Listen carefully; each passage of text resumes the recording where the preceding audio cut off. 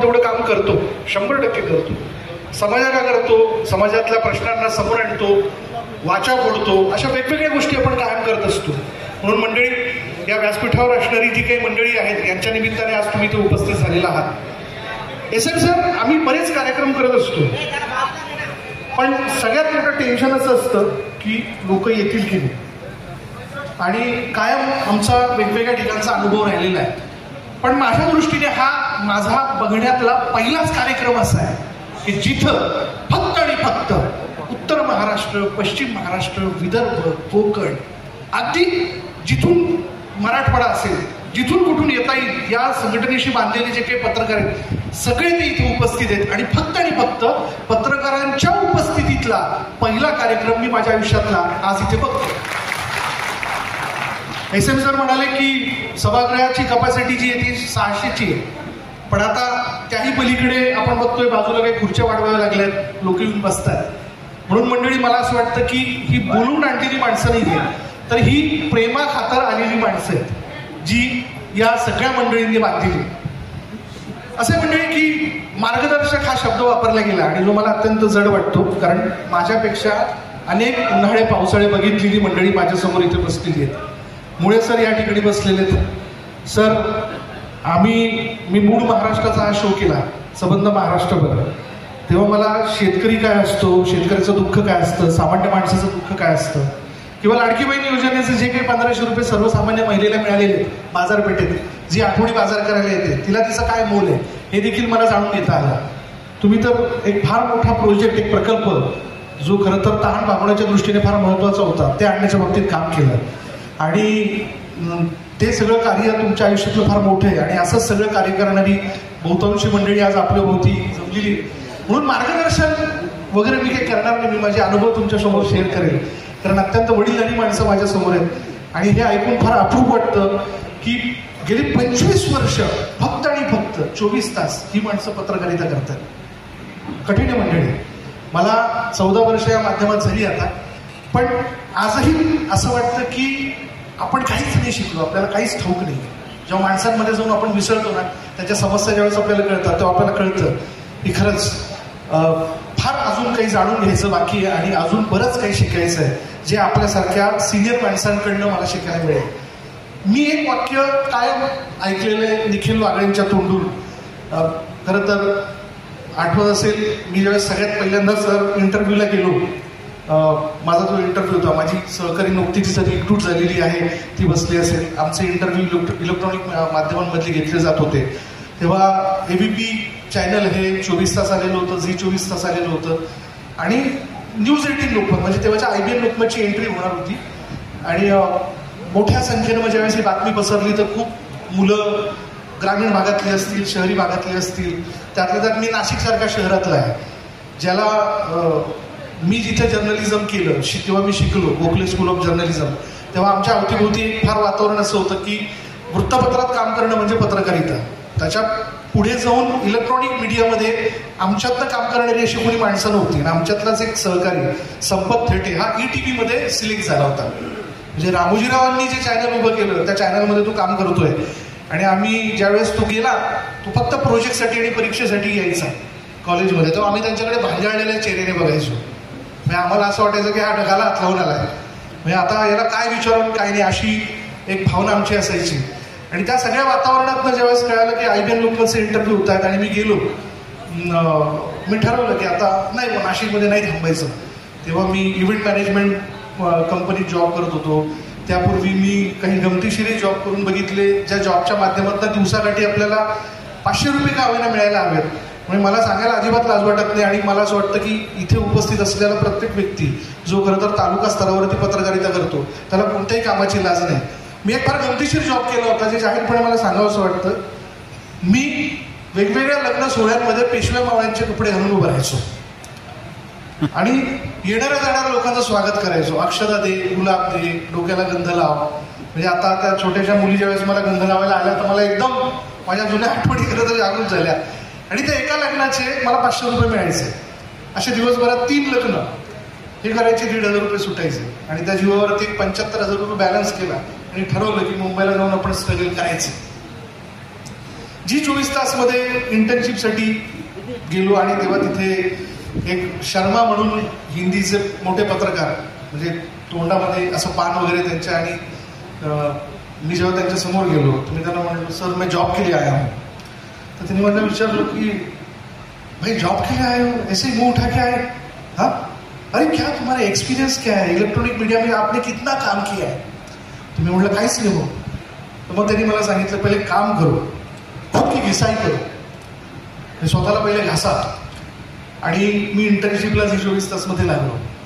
आजही मला आठवतं, सगळ्यात पहिल्यांदा ज्यावेळेस मी सायनला राहत होतो, ईस्टर्न एक्सप्रेस हायवेला, बघा मी कायम असा आग्रह करतो की सर्वसामान्य माणूस हा बातमीत असला पाहिजे, तरच त्याची प्रगती होऊ शकते, आणि त्यासाठीच आपण काम करतो प्रत्येक जण. पण मला एक चमत्कारिक अनुभव त्यावेळा आला होता, जो मला शेअर करावा असं वाटतो. मी सायनला ईस्टर्न एक्सप्रेस हायवेला पानबाजारमध्ये सर राहत होतो, आणि तिथून मी नुकताच बाहेर पडलो. बाहेर पडल्यानंतर समोर एक फुटपाथ आहे तिथे, आणि त्या फुटपाथवरती एक डेड बॉडी पडलेली होती, आणि त्याच्या अवतीभोवती लोक जमलेली होती.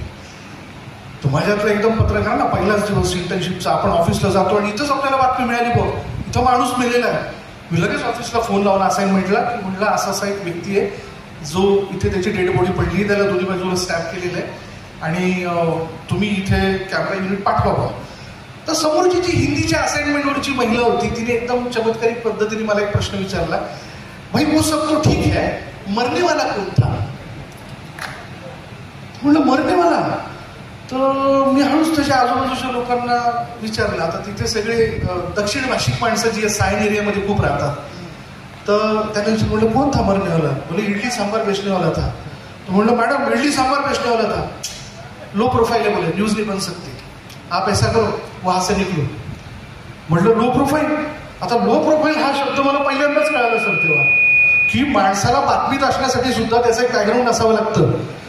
त्याच्यावर काही स्टोरी होऊ शकत नाही, कारण तो इडली सांबार विकणारा माणूस आहे. पाहिला म्हटलं गंमतच झाली, त्याची बातमीच नाही होऊ शकत. अरे हा जीवानीशी गेला, सगळं गेलं, म्हणजे बातमीत पण नाही होऊ शकत. पण बाईने मला पुढला वाक्य असं वापरलं, वहां से निकलो एंटोफिल जाओ. एंटोफिल में एक म्हाडा के एजेंट का खून हुआ है, तो पॉसिबिलिटी है कि किसी को घर देने के बहाने उसने पैसे लिए थे, उसने पैसे नहीं लौटाए, घर भी नहीं दिया और उसका खून हो गया, जाओ वहां पे जाओ. आणि मग तिथे गेल्यानंतर मी माहोल असं बघितला माझ्या आयुष्यातला अजिबात पाहिले, म्हणजे हिंदीचे पत्रकार ज्या ज्या पद्धतीने तो माणूस जिथे गेला होता, त्याचा खून झाला होता, तिथे वक्तव्य करत होते. म्हणजे मी त्यातली सुरुवात ऐकूनच गार पडलो. एक रात एक लाख, देखिए यही पे हुआ था उस म्हाडा के एजेंट का, इसी रात से वो गुजर रहा था, जबकि उसके मन में ये बात नहीं आई होगी कि मौत उसके सामने है, मौत उसको छू के निकल गई. म्हणलं कमाल आहे म्हणलं हे सगळं. म्हणजे मी हे सगळं बघत होतो, आणि ज्या पद्धतीने हे सगळं बघत असताना मला असं जाणवत होतं की हे फारच वेगवान आहे सगळं काही. पण हा सगळा वेग जो आहे तो त्यावेळी आम्हाला बघायला मिळाला. आम्हाला हेही बघायला मिळालं की कुठला माणूस बातमीत कशा पद्धतीने येऊ शकतो.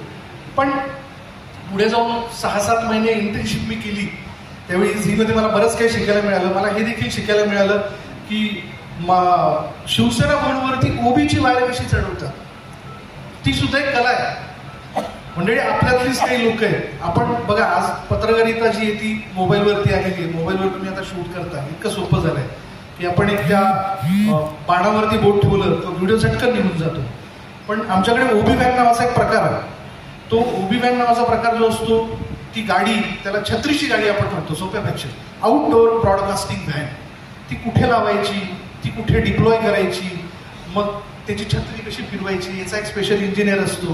मग तो दिल्लीवाल्यांना फोन लावतो, इथून दिल्लीवाल्यांना ते चित्र दिसतं, ते ट्रान्समिट होऊन ते मुंबईवाल्यांना दिसतं.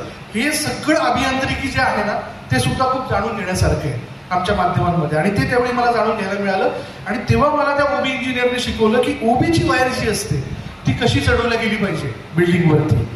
म्हणून आज मी ज्यावेळेस महाराष्ट्राच्या 4 ते 5 वारी कव्हर केल्या, तेव्हा जिथे जिथे रिंगण सोहळे होत होते तिथं ओबी नेणं, ओबी डिप्लॉय करणं, मग ती वायर कशा पद्धतीने, तो कॅमेरा जो आहे तो जर समोरच्या माणसाच्या घराच्या छतावर लावला तर तिथपर्यंत कशी न्यायची, हे मला जाणून घ्यायला मिळालं. हा एक फार वेगळा अनुभव होता. पण या सगळ्या ह्याच्यातनं ज्यावेळेस मी न्यूज 18 लोकमतच्या इंटरव्ह्यूला गेलो, म्हणजे IBN लोकमतच्या निखिल वगैरे समोर बसलेले होते, मी माझे सगळे वेगवेगळे जे लेख लिहिलेले होते, महाराष्ट्र टाइम्स, देशदूत या न्यूजपेपरला मी त्यांच्या समोर ठेवले.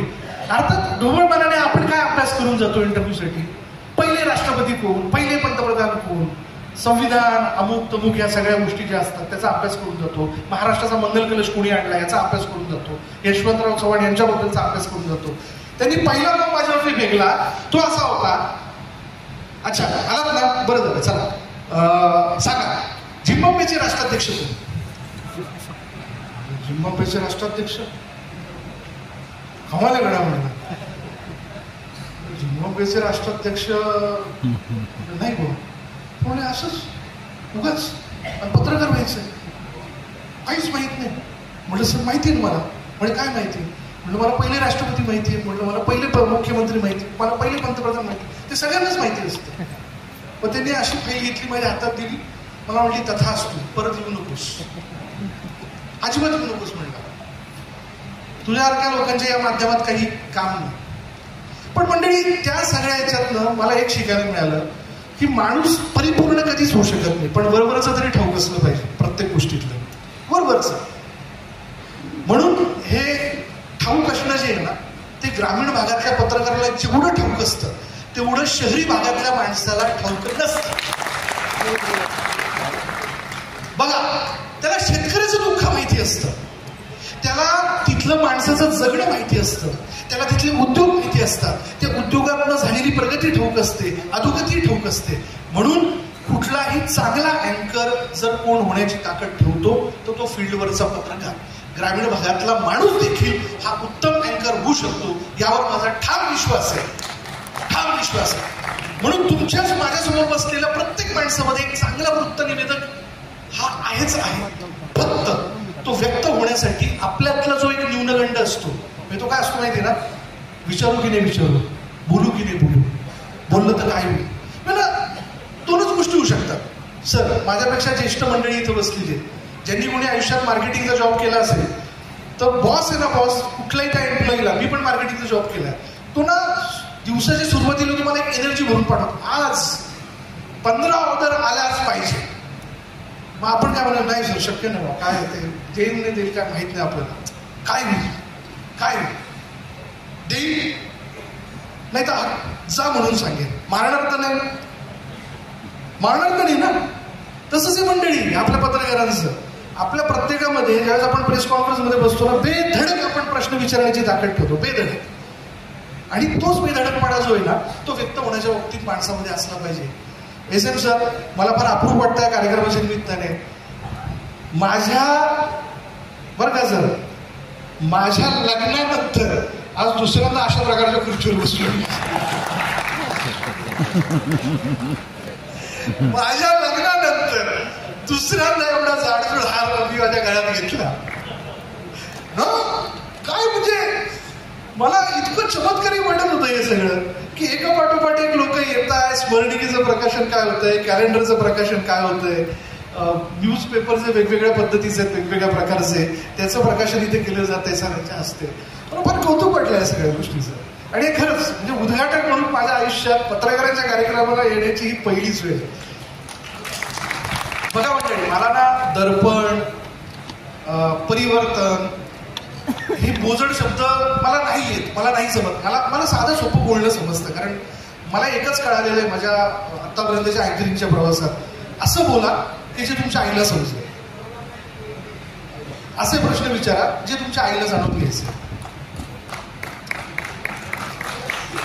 आज मी या व्यासपीठावरती मला खरंच सर अभिमान वाटतो या सगळ्या गोष्टीचा.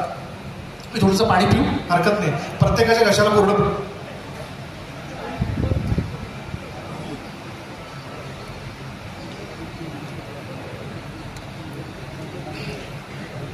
मला मुंबई संघटनेवरती मी पदाधिकारी आहे आणि मला गोष्टीचा फार अभिमान वाटतो हे सगळं चित्र बघितल्यानंतर, की मी आज या मातृसंस्थेचा एक भाग आहे. या सगळ्या गोष्टीचा मला प्रचंड अभिमान आहे. हा सगळा सोहळा अनुभवत असताना म्हणजे मला ध्यानी मनी पण नव्हतो. 12:40 लोकल पकडण्याच्या गडबडीत होतो एस.एम. सर मी, आणि तेव्हा माझ्या मोबाईलवरती एस.एम. सरांचं नाव आलं, त्यांचा कॉल येत होता आणि त्यांनी मला एवढं सांगितलं, विशालजी आपल्याला या तारखेला सेलूला जायचंय आणि त्या दिवशी तुम्हाला प्रमुख पाहुणा म्हणून यायचं. म्हटलं सर प्रमुख पाहुणा, आणि म्हटलं तर लोकलमध्ये 4थ्या सीटवर बसायला कोणी जागा देत नाही आपल्याला लवकर, आणि त्यातही लोक एवढे भारी आहेत ना मुंबईचे, ते ना ओळखतात तुम्हाला, मुंबईकरांची खासियत आहे, ते ओळखतात तुम्हाला.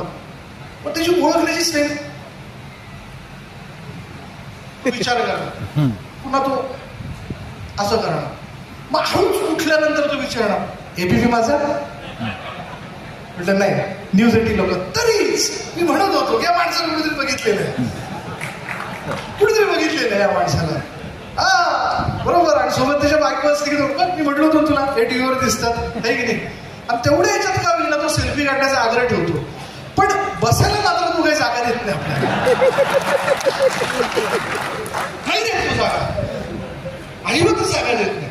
म्हणजे मला माझ्या आयुष्यात जमिनीवर आणणारी खूप माणसं भेटलेली आहेत आणि ती असावीत मुळे सर. माझा एक क्लासमेट आहे जो नाशिकमध्ये म्हणजे काय वर्गातही तो माझा विरोधक राहिला आणि म्हणजे विरोध करण्या इतपत आपलं वर्गामध्ये कार्य पण नव्हतं. म्हणजे मी शाळेत ढोल वाजवायचो, त्याच्यामुळे सुदैवाने माझी कवायत चुकली, म्हणजे नव्हती माझ्या नशिबाला कवायत, ते बरं वाटायचं कारण मी ढोल वाजवायचो. मला ते पेटी वाजवायचो, तबला वाजवायचो, त्यामुळे कवायत कधी आपल्या वाट्याला आली नाही. पण त्या गोष्टीचा माझ्या वर्गातल्या 2-3 लोकांना प्रचंड राग होता की हा कवायतीला नसतो आणि तो काय माझा विरोधक. एक दिवशी तो मार्केटमध्ये भेटला, माझ्या सौभाग्यवतींबरोबर मी मार्केटमध्ये फिरत होतो, भाजी घेण्याचं काम चाललं होतं आणि तेवढ्यात त्याची जी बायको होती ती अशी मुसळली माझ्याकडे, हो बघा बघा ते टीव्हीवर दिसतात तुमचे मित्र, तुमचे क्लासमेट. आणि असं म्हणत ते जोडपं जवळ आलं. माझ्या जवळ आल्यानंतर त्यांनी माझ्याशी बोलायला सुरुवात केली, म्हणजे गप्पा मारायला सुरुवात केली. वहिनी त्या अहो खरंच तुम्ही ते अभिषेक बच्चनचा इंटरव्ह्यू घेतला, मृण्मयी देशपांडेचा इंटरव्ह्यू घेतला, आम्हाला एकदा का होईना ना हास्य जत्रेच्या सेटवर जायचं. मी तुम्हाला सांगतो 100 वेळेस मी यांना म्हणले, पण यांना कामात वेळच काढत नाही. म्हटलं काढ ना वेळ, काय प्रॉब्लेम नाही रे, कुठे जात असतं तिथे ते हास्य जत्रेचं सेटवर काय पडलेलं एवढंच, तोही आपला नाही नाही. मी यांना म्हणाले, पण मग थोड्या वेळ त्यांनी काय प्रश्न विचारावा, पण मला एक सांग, तुम्ही जे कपडे घालता ते कपडे तुमचे असतात. मी म्हटलं नाही मग ते कंपनीचे कपडे असतात. आणि मी असं म्हणलं तो बायको बाय मी म्हटलं होतं ना हा घेऊच शकत नाही तशी. तर अशी ही जमिनीवर आणणारी माणसं अवतीभोवती असतील, आपल्याला गची बाधा आयुष्यात होऊ शकत नाही कधीच. माणसंच आपल्याला जमिनीवर ठेवतात आणि अशी माणसं असावी आजूबाजूला, तरच माणूस माणसामध्ये जाऊन उत्तम मिसळू शकतो, तरच उत्तम मिसळू शकतो. खरी गोष्ट आहे.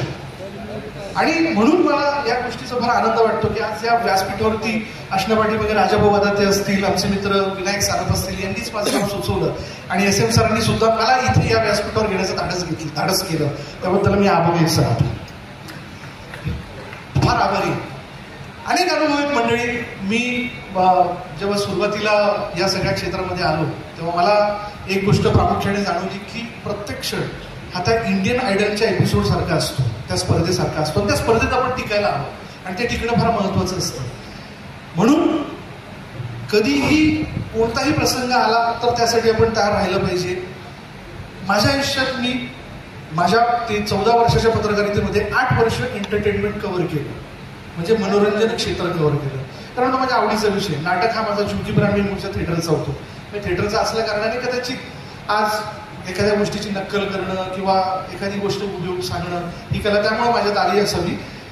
पण माझं एक्स्ट्रोवर्ट असणं हे माझ्या थिएटरमधनं मला मिळालेलं आहे. म्हणून आज इतक्या वेगवेगळ्या लोकांचे मी इंटरव्ह्यू केले. मी म्हणलं ना तुम्हाला की आपण जेव्हा सर्वसाधारण पद्धतीने सर्वसामान्य माणसाशी बोलतो, त्याच पद्धतीने तुम्ही समोरच्या माणसाने बोललात ना तर तो इंटरव्ह्यू फार छान होतो. फार क्रिटिकल नाही करायचं, कठीण नाही जायचं. म्हणजे आज मी नाना पाटेकरांचा ज्यावेळेस इंटरव्ह्यू करण्यासाठी सगळ्यात पहिल्यांदा गेलो होतो, म्हणजे मला सगळ्यात मोठी धडकी होती की नाना पाटेकर पहिल्यांदा कसे रिॲक्ट होतील, काय असेल. पण मला वागळेंनी एक गोष्ट सांगितली होती, त्यांच्या बोलण्यात मी ती गोष्ट जाणून घेतली होती की कधी ना जेव्हा अशी कठीण माणसं असतात किंवा जी अनप्रिडिक्टेबल माणसं असतात, जी केव्हा कधी कशा प्रकारे रिॲक्ट होतील सांगता येत नाही, तर त्यांना पहिले सरेंडर व्हा. तर सरेंडर होणं म्हणजे काय, तर मी गेल्या पहिले नानाला सोडून नाना म्हणून माझ्या आयुष्यातला हा अतिउच्च क्षण आहे की मी तुमचा इंटरव्ह्यू करतोय. बघा ना माझ्या करिअरमधला हा मोठा क्षण आहे. बघा निसर्ग, सर्वसामान्य माणूस, चळवळी या गोष्टीवर तुम्ही भरभरून बोलता आणि आज मी तुमचा इंटरव्ह्यू करतो. बघा नानाला पाठवलं बरोबर काय प्रश्न. त्याच्या पुढे मी फक्त प्रश्न पूर्ण होण्याच्या आधी नाना पाटेकर मला उत्तर देत होते. अशा पद्धतीने तासाभराचा एपिसोड झाला मित्रांनो. असे वेगवेगळे अनुभव मी खरं तर माझ्या प्रवासात घेतले. काही अशी पण माणसं असतात की ज्यांना फुलवणं फार कठीण असतं आणि ज्यांच्या बाबतीत तुम्हाला खूप अवेअर राहून प्रश्न विचारायचे असतात. मग म्हणून मी तिथे कायम एक गोष्ट शिकत गेलो की साधी प्रश्न विचारा आणि तुम्ही असं दाखवा की तुम्हाला यातलं काही माहितीच नाही. ते फार सोपं जातं आणि त्यातनं तो माणूस खुलत जातो. उदाहरणादाखल सचिन पिळगावकर असतील, सांगता येत नाही ते कसे रिॲक्ट होते. उदाहरणादाखल विक्रम गोखले होते जे पहिल्याच प्रश्नामध्ये समोरच्या पत्रकाराचा अपमान करायचे. म्हणजे आपण जर त्यांना विचारलं सर हा चित्रपट कशी आपली भूमिका, तर ते असं म्हणायचे की आहे ना चित्रपट असावा आणि चित्रपट म्हणला की त्याची भूमिका असते, तुझा पहिला प्रश्नच मुळात चुकीचा आहे असं म्हणून ते धपकन पाडायचं. तुमचा मॉरल तिथेच डाऊन. त्याच्यामुळे फार अवेअर राहून आपण खरं तर आपल्या माध्यमांमधली प्रश्न विचारली पाहिजे. हे मी या सगळ्या प्रवासात शिकत गेलो. आणि अँकर म्हणून मला एक गोष्ट लक्षात आली की तुम्ही समोर काय वाचताय टेलिप्रॉम्प्टरवरती हे बरोबर लिहिलेलं असेलच याची काही गॅरंटी नाही. काही गॅरंटी नाही. म्हणजे मी तुम्हाला सगळ्यात मोठं माझ्या आयुष्यातलं बघितलेलं ब्लंडर सांगतो आणि ते ब्लंडर आहे वारांगणा आणि वीरांगणा या 2 शब्दांमधला अर्थ. सर बघा, वीरांगणा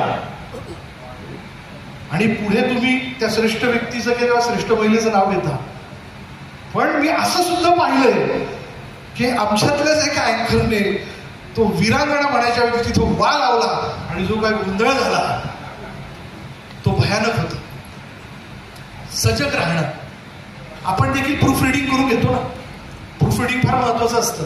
कुठला शब्द कधी चुकेल काही सांगता येत नाही. तो शब्द चुकल्याची अनेक उदाहरणं आपण पाहिली आहेत, ज्यामुळे खरं तर राजकीय पक्षाने न्यूजपेपरचे ऑफिसेस फोडलेली आहेत. अँकरच्या बाबतीत पण हे होऊ शकतं.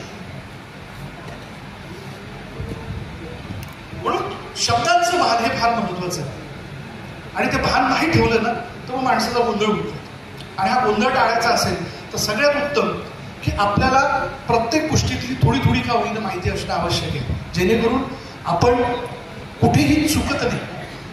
मी माझ्या प्रत्येक इंटरव्ह्यूमध्ये, मी आता रायझिंग सिटीजचे इंटरव्ह्यू करतोय वेगवेगळ्या शहरांमध्ये जाऊन, त्या शहराची प्रगती, त्या शहराचा झालेला विकास, मग त्या शहराचे जिल्हाधिकारी असतात, मग त्या शहराचे काही वेगवेगळे अधिकारी असतात, यांचे आम्ही इंटरव्ह्यू करतो त्याच्यामध्ये आणि त्याचे वेगवेगळे परिसंवाद आम्ही शूट करतो. त्यात माझं असं एक लक्षात आलं की प्रत्येक शहराच्या समस्या जवळपास सारख्याच आहेत. पुणे हे विद्येचं माहेरघर, नाशिक ही रामाच्या पदस्पर्शाने पावन झालेली भूमी, मराठवाडा म्हणजे मराठवाडा मुक्ती संग्राम त्याचा असलेला थोडं थोडं तर का होईना माहिती असलं पाहिजे. आणि म्हणून मला असं वाटतं की जे कोणी आमच्यातले ज्युनियर माणसं आहेत, जे खरं तर पत्रकारितेत येऊ बघतायत, ज्यांनी त्यांच्या आयुष्याची सुरुवात केली आहे, त्यांनी यांच्यासारख्या माणसांकडनं म्हणजे जे वेगवेगळ्या टप्प्यांमधनं आलेले आहेत, वेगवेगळ्या भागातनं प्रांतातनं आलेले आहेत, त्यांच्याकडनं थोडी थोडी का होईना माहिती करून घेणं आवश्यक आहे. लाज बाळगू नये. मला येत नाही सर, तुम्ही मला हे समजून सांगा, हे जोपर्यंत तुम्ही करणार नाही तोपर्यंत तुम्ही परिपूर्ण होऊ शकणार नाही. आणि परिपूर्ण होण्याकरता म्हणून माणसं जोडणं फार महत्वाचं आहे. त्याचा हात हातात घ्या, त्याच्या खांद्यावरती हात ठेवा, वयानुसार करा. उगाच म्हणजे तुम्ही ज्येष्ठ माणसाच्या घरात हो सर सांगा मला असं बोलू, असं नाही होऊ शकत. आता मी नाही होऊ शकत. मला या गोष्टीचं कौतुक वाटलं की ही अदब या मातृसंस्थेत एवढी मोठी आहे, जी खरं तर आपण प्रत्येकाने प्रतिबिंबित करून घेतली पाहिजे. की शेवटच्या घटकाला सुद्धा आजच्या कार्यक्रमात आपण संधी दिली. अहो जो न्यूजपेपर तयार होतो, छापला जातो, ते लोकांपर्यंत पोहोचवण्याचं काम जे विक्रेते करतात त्यांना देखील या व्यासपीठावर SM सर तुम्ही संधी दिली. हे सगळ्यात मोठं काम आहे. हो त्याचा विसरच पडतो आपल्याला, त्याचा विसरच पडतो आपल्याला. घराघरांपर्यंत आज न्यूजपेपर जातोय, आज मोबाईलवरती न्यूजपेपर बघायला मिळतो. पण अशी काही व्रतस्थ माणसं आहेत जी गेली 25, 30, 35 वर्ष तो न्यूजपेपर टाकण्याबरोबर दूध टाकण्याचे काम करतात आणि त्याच सगळ्या व्यवसायातला आजपर्यंत त्यांनी त्यांचं कुटुंब टिकवून ठेवलेलं आहे. इथं वारंवार या व्यासपीठावर उल्लेख झाला की सगळेच पत्रकारांना घाबरतात. पण सर आम्ही सुद्धा एका व्यक्तीला घाबरतो बरं का. कोण माहितीये? घरातली बायको. घरातली बायको. हा इथं सांगून द्या जाहीरपणे, छातीडोळपणे कोणी उभं राहावं आणि सांगावं मी माझ्या सौभाग्यवतीनं घाबरत नाही आणि हे रेकॉर्ड करून आम्ही तुमच्या घरात पाठवू. हा घरात पाठवू. मग त्यानंतर म्हणजे बघा देवी दिसते की नाही आपल्याला, फोटोतली देवी आपण पूजा करतो, पण त्यातला सिंह कोण असतो? त्यातला सिंह कोण असतो? तो घरातला नवराच असतो, त्याच्यावरती बसलेली असते. हे जाहीरपणे कबूल करायला काहीच हरकत नाही. यासाठी मी याचा संदर्भ गमतीशीर पद्धतीने दिला. मंडळी, आज आपण पत्रकार म्हणून वेगवेगळ्या ठिकाणी दौरे करतो, जातो, वेळ देतो. अहो, घरातली महिला ज्यावेळेस घर सांभाळते ना, तेव्हाच हे पत्रकारितेचं व्यसन पूर्ण होऊ शकतं बरं का, नाही तर अजिबात होऊ शकत नाही. अहो, एक महिन्याचे मी दौरे केले, एक महिन्याच्या दौऱ्यांमध्ये फक्त व्हिडिओ कॉलवरती मी कुटुंबाशी बोलतोय. दिवाळी सुद्धा, ऐन दिवाळीत, म्हणजे बघा, दिवाळीत तिथं इलेक्शन होतं, तुम्हाला सगळ्यांना माहितीच असेल. मी तासगावमध्ये होतो तेव्हा मुक्कामी. घरी लक्ष्मीपूजन सुरू होतं, पण मी तासगावमध्ये होतो. या सगळ्या इच्छा आकांक्षांवरती, सणवारांवरती आपल्याला सुद्धा पाणी सोडायला लागतं पत्रकार म्हणून. एवढं मोठं समर्पण आपण करतो, म्हणून मला असं वाटतं स्वतः करता पुन्हा एकदा टाळ्या वाजवल्या पाहिजे. हे समर्पण आपल्यामध्ये आहे, आणि ते आपल्यामध्ये आहे म्हणून समाजामध्ये प्रश्न जे आहेत ते मांडण्याची ताकद आपण ठेवतो. म्हणून हे सगळे करत असताना आपण आपलं आरोग्य जपणं देखील प्रचंड महत्वाचं आहे. आपण धावतो, आम्ही ब्रेकिंग न्यूजच्या मागे खूप धावतो, तुम्ही देखील धावता, सविस्तर बातमी मिळवण्यासाठी धावता, वेगवेगळ्या ठिकाणी लोकांना भेटतात, पण यात आरोग्य हा एक फार महत्वाचा फॅक्टर आहे. ब्रेकिंग न्यूज मिळवण्याच्या नादात नाही ते धाडस कधी नाही करायचं, हे मी शिकलेलो आहे. ते कधी तुमच्या अंगाशी येऊ शकतं. मी 3 कुंभ, 5 वाऱ्या मी कव्हर केलेल्या आहेत, अनेक वेगवेगळे प्रसंग मी कव्हर केलेले आहेत. उत्तर प्रदेश, बिहारमध्ये देखील मी गेलेलो होतो. आता मध्यंतरी तुम्हाला सगळ्यांना आठवत असेल, घाटकोपरमध्ये एक फार मोठा फ्लेक्स,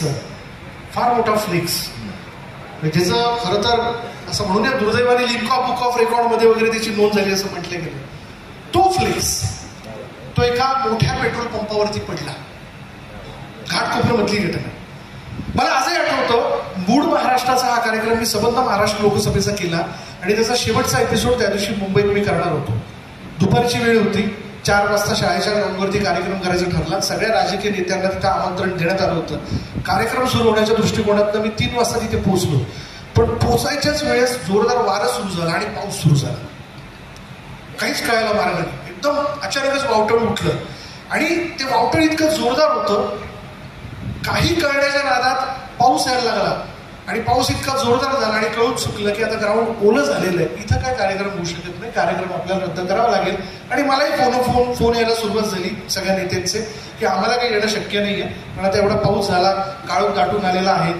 आणि तेवढ्यात झालं असं की अचानक फायर ब्रिगेडच्या गाड्या, पोलिसांच्या गाड्या ज्या होत्या त्या शाळेच्या गेटच्या बाहेरून अशा मला दणादण जाताना दिसल्या, वेगाने जाताना दिसले. म्हटलं काय झालं, आग लागली असेल कुठेतरी किंवा काहीतरी प्रॉब्लेम झाला असेल. तेवढ्यात मला एका मनसेच्या नेत्याचा फोन आला, जो कार्यक्रमाला येणार होता. तो म्हटला, साहेब आहात कुठे? मी म्हणलो मी इथेच आहे शाळेच्या ग्राउंडवर, आता गाडी काढतोय म्हणली तू. साहेब फार मोठा बॅनर जो आहे फ्लेक्स, तो एका पेट्रोल पंपावर पडला आहे. तर मी म्हटलं ओके पडलाय, ठीक आहे.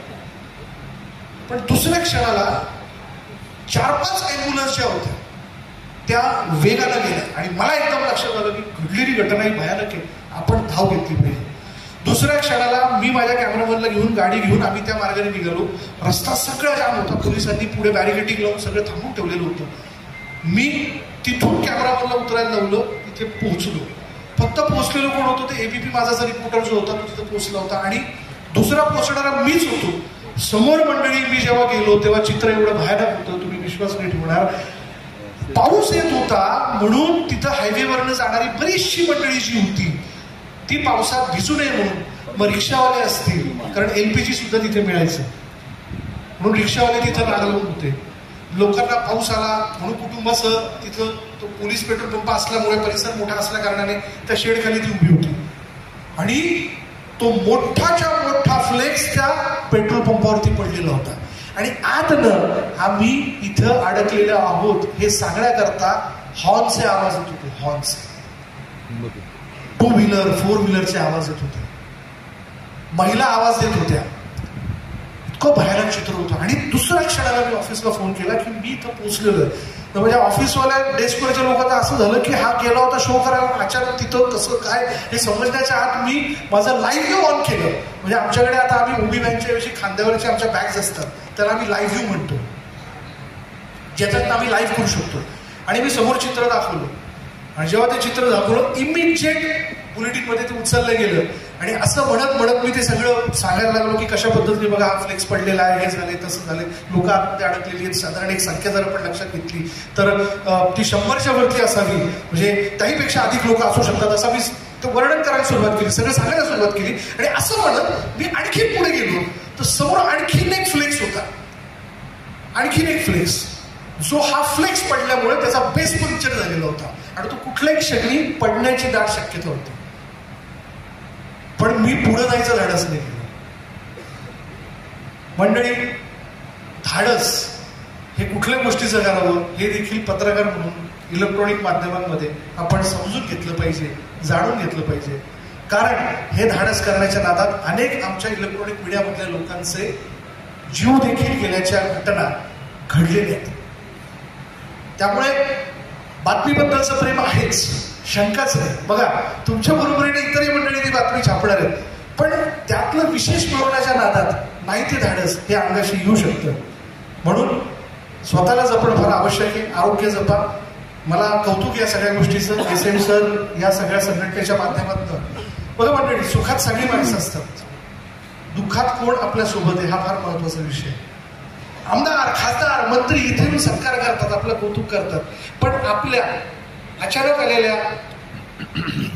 भयानक प्रसंगामध्ये आपल्यासोबत कोण आहे? मी उदाहरण देतो. बघा, कॉर्पोरेट सेक्टर हे किती डेंजर आहे.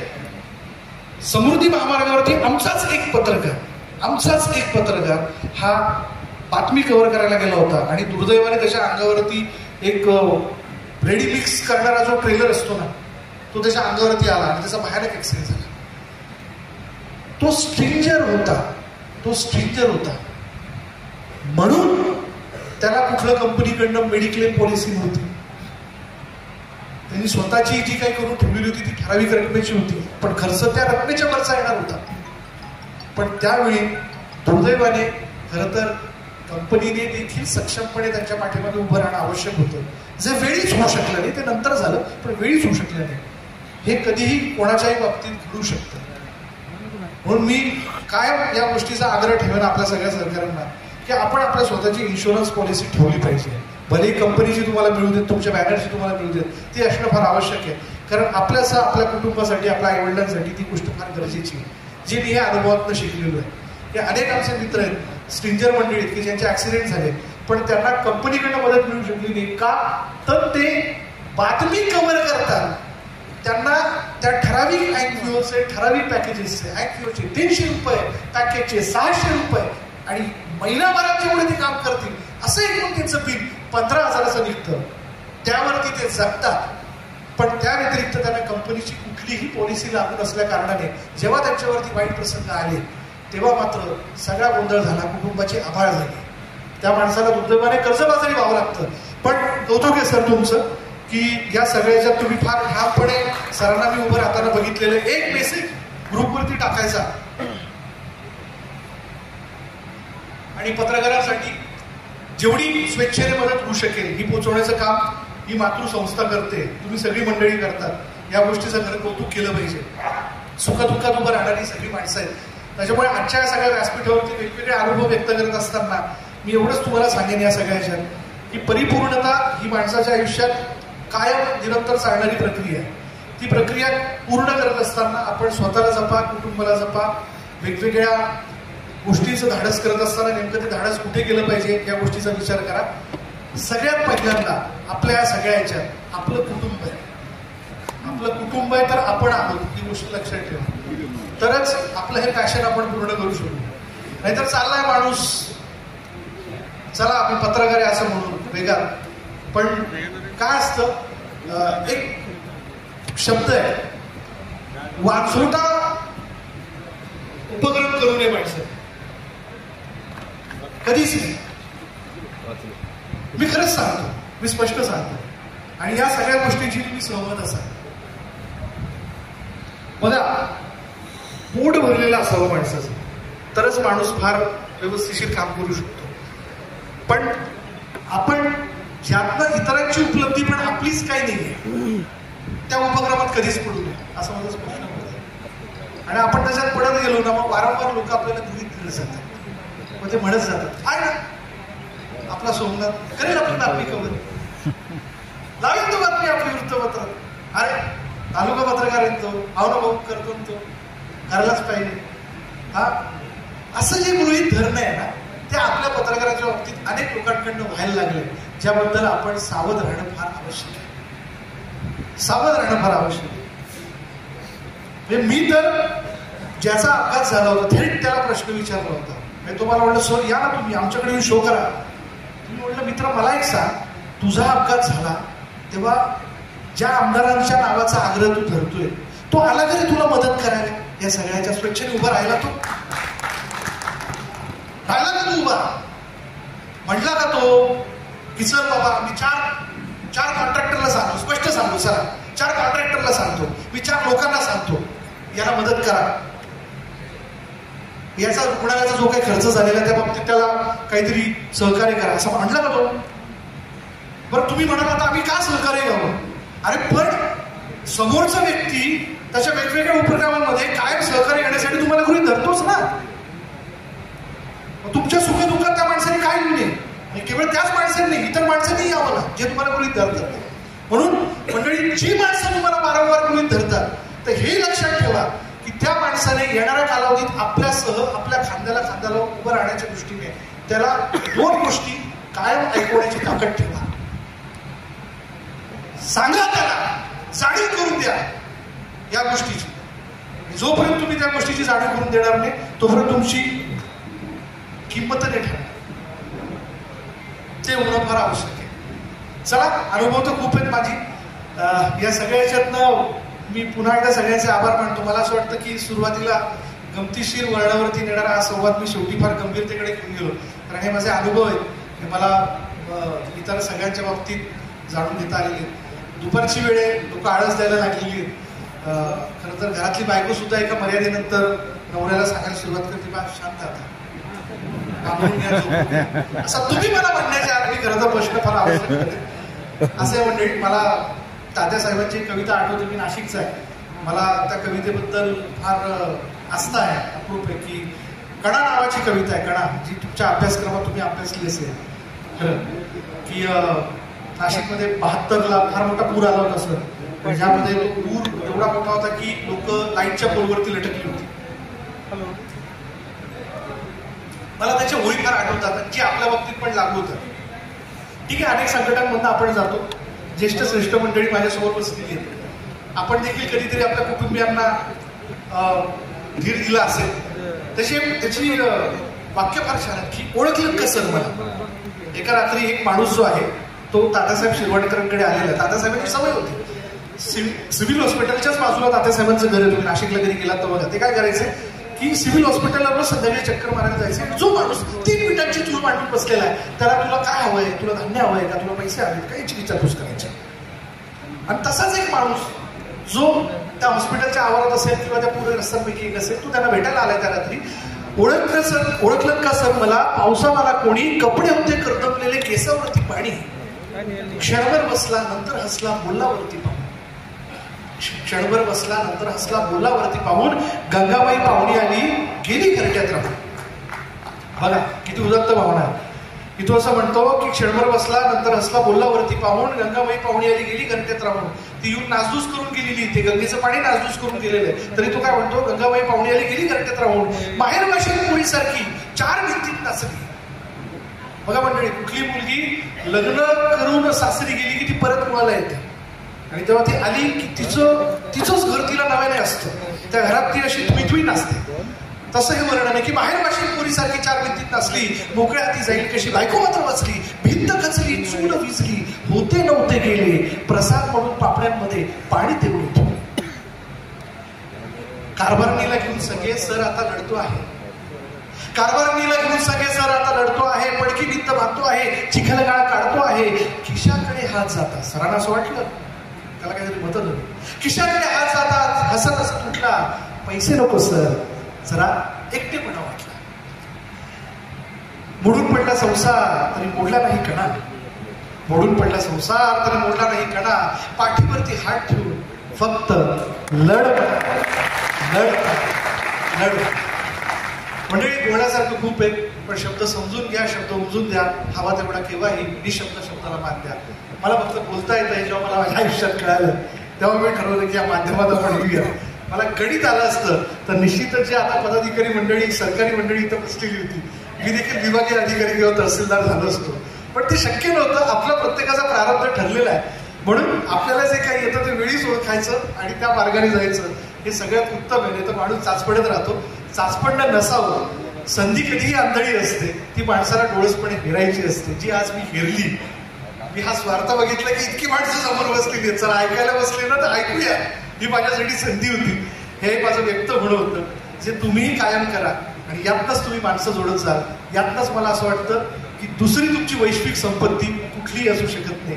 आज चांगलादेव आता महाराष्ट्र फिरत असताना मला या अभिमानाने सांगावंसं वाटतं की चौकात चौकात प्रत्येक ठिकाणी एक तरी माझा माणूस परिचयाचा आहे. तो विदर्भात असेल, मराठवाड्यात असेल, उत्तर महाराष्ट्रात असेल, कोकणात असेल, कुठे का असेल, पण माझ्या हक्केवरती माझ्या मदतीने तुम्ही येऊ शकतो. आणि हेच काम मातृसंस्थेने, आपल्या या पत्रकार संघाने तुमच्या सगळ्या माध्यमातून केलेलं आहे. म्हणून पुन्हा एकदा तुम्हा सगळ्यांचं खूप खूप कौतुक आणि जोरदार टाळ्या. एकदा जोरदार टाळ्या होऊन जाऊ. माझ्याकरता तुमच्या स्वतःकरता. मंडळी, काळी हे सरस्वतीचं वरदान आहे आणि हे सरस्वतीचं वरदान असल्या कारणाने ती जेवढी आपण जास्त वाजवू त्यातनं आपला उत्साह वाढणार आहे. अशाच पद्धतीने एकमेकाचा उत्साह वाढूयात. हे वेगवेगळ्या भूमिकांमधनं भेटत जाऊयात. काय आता आपण व्यवसाय निवडलाच आहे तर तो आपल्याला करावाच लागणार आहे. दुसरा पर्यायच कुठे आपल्याला. धन्यवाद.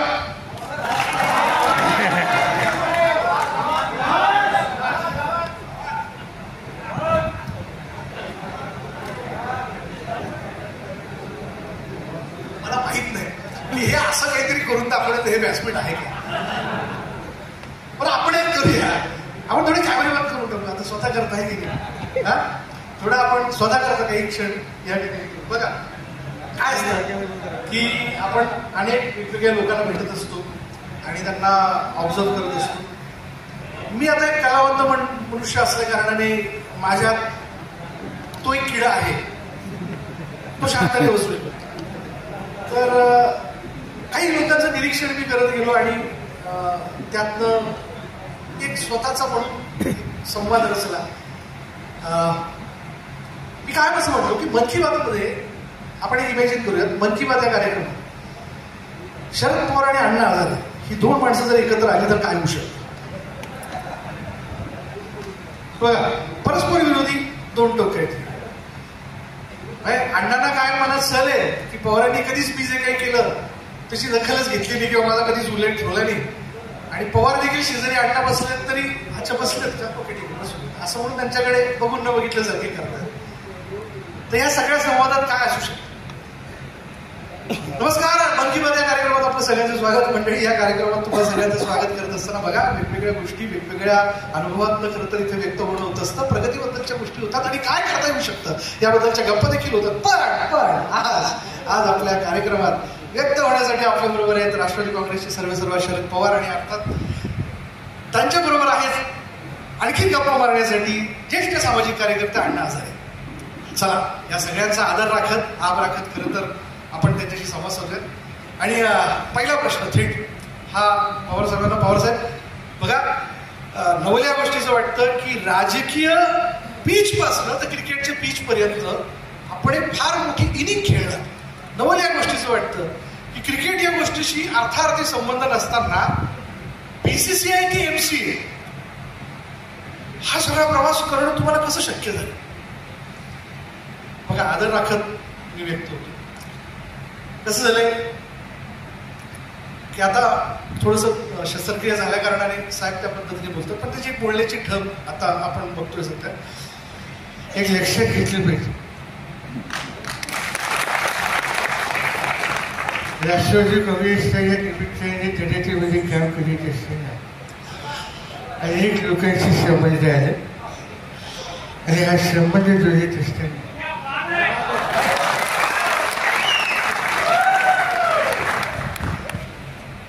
अनेक क्रीडेमध्ये सहभागी होण्याचा आनंद मला घेतलेला. या सगळ्याचे आज क्रिकेटशी जरी मला अर्थाने संबंध आलेला नसला तरी क्रिकेटशी संबंधित प्रतिभा ही माझ्या खेळाची. आपल्याला कमी लोकांना ठाऊक असेल पण शरद पवारांचे सासरे यदू शिंदे हे उत्तम क्रिकेट खेळायचे आणि पवारांच्या सौभाग्यवतींचं नाव प्रतिभा आहे, त्यामुळे ते असा उल्लेख करतात की त्याच्याशी संबंधित क्रिकेटची प्रतिभा माझ्या खेळात असल्या कारणाने उद्या उठून क्रिकेटशी संबंधित तुम्ही काय केले हा प्रश्न उपस्थित होऊ नये म्हणून या सगळ्या पिचवरती मी काम करत गेलो. त्यांच्या शेवटी ते कधीच डायरेक्ट विधान करत नाही. हे माझी इच्छा नव्हती, ते कार्यकर्त्याने देखील वाटत होतं की मी ते काय. आता अण्णांना हा जर प्रश्न विचारला गेला म्हणजे अण्णांना काय एक गोष्टीची सहल आहे की आपण उपोषण तर दिल्लीत केलं पण त्याच्यावरती वेगळंच कोणीतरी मुख्यमंत्री होऊन गेलं.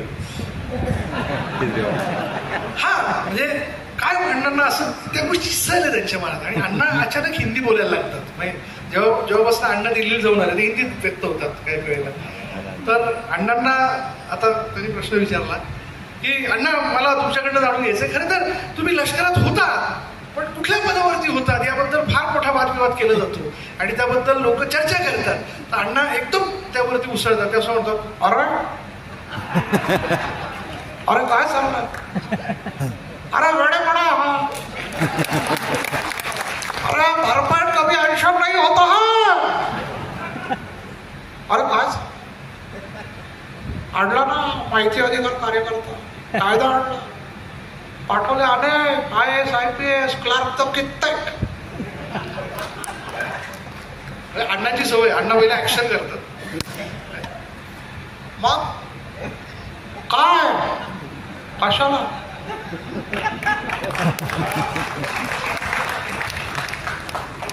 अरे काय चालू लोक गप्पा मारायला लागले लोक उपोषण करायला लागले खोबऱ्याच्या वाटा मांडी खाली घेऊन उपोषण करतात.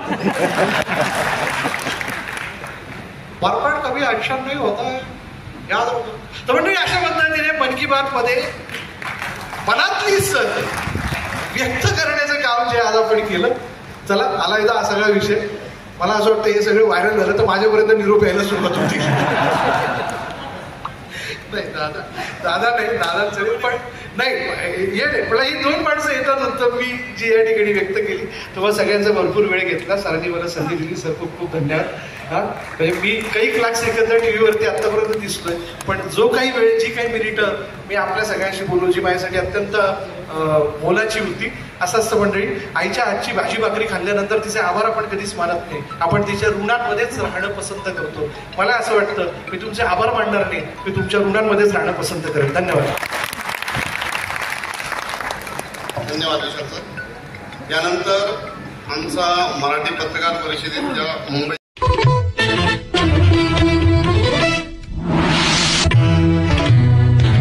न्यूज 1 महाराष्ट्र